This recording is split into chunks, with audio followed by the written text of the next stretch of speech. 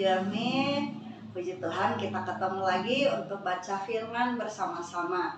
Sebelumnya marilah kita berdoa. Bapak Surgawi, terima kasih buat kesempatan hari ini kami bisa kembali berkumpul untuk membaca firman-Mu bersama-sama melalui YouTube channel ini. Kami berdoa kiranya ini menjadi berkat bagi setiap orang, bagi kami semua. Hanya di dalam nama Tuhan Yesus kami berdoa. Amin.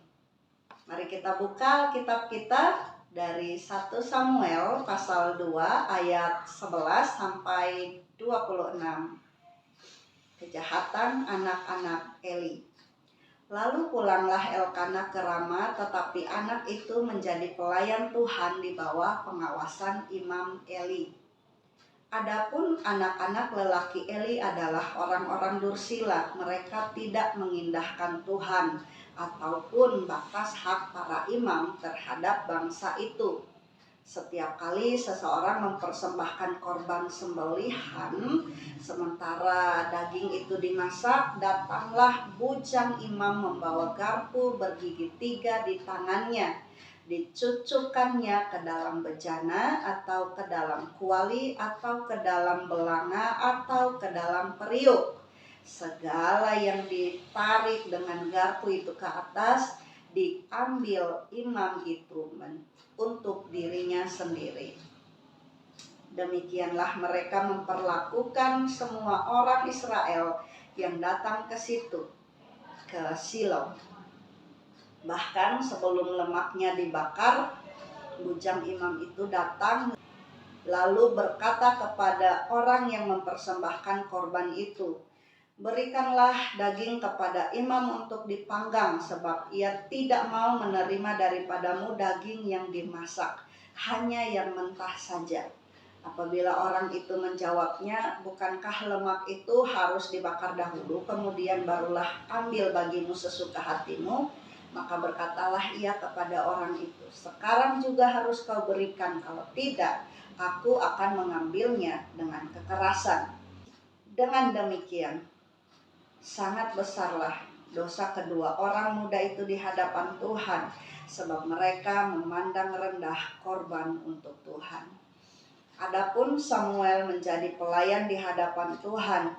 Ia masih anak-anak yang tubuhnya berlilitkan baju efod dari kain lenan.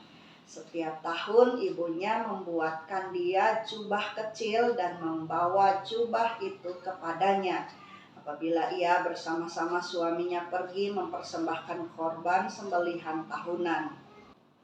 Lalu Eli memberkati Elkana dan istrinya, katanya, "Tuhan kiranya memberikan keturunan kepadamu dari perempuan ini pengganti yang telah diserahkan kepada Tuhan." Sesudah itu pulanglah mereka ke tempat kediamannya, dan Tuhan mengindahkan Hana, sehingga dia mengandung dan melahirkan 3 anak laki-laki dan 2 anak perempuan lagi. Sementara itu semakin besarlah Samuel yang muda itu di hadapan Tuhan. Eli telah sangat tua apabila didengarnya segala sesuatu yang dilakukan anak-anaknya terhadap semua orang Israel, dan bahwa mereka itu tidur dengan perempuan-perempuan yang melayani di depan pintu kemah pertemuan. Berkatalah ia kepada mereka, "Mengapa kamu melakukan hal-hal yang begitu, sehingga ku dengar dari segenap bangsa ini tentang perbuatan-perbuatanmu yang jahat itu? Jangan begitu anak-anakku. Bukan kabar baik yang kudengar itu bahwa kamu menyebabkan umat Tuhan melakukan pelanggaran.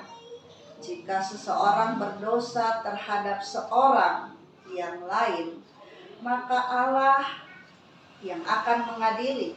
Tetapi jika seseorang berdosa terhadap Tuhan, siapakah yang menjadi perantara baginya?" Tetapi tidaklah didengarkan mereka perkataan ayahnya itu, sebab Tuhan hendak mematikan mereka.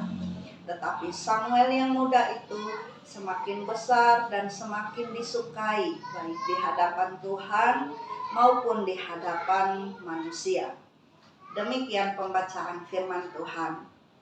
Kiranya firman ini menjadi tuntunan bagi kita. Marilah kita berdoa.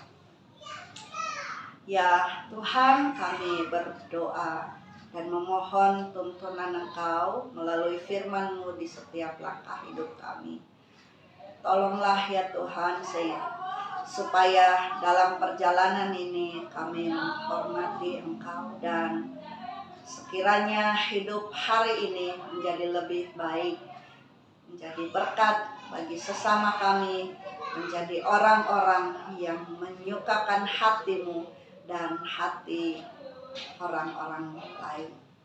Terima kasih, kami bersyukur hanya di dalam nama Tuhan Yesus. Amin.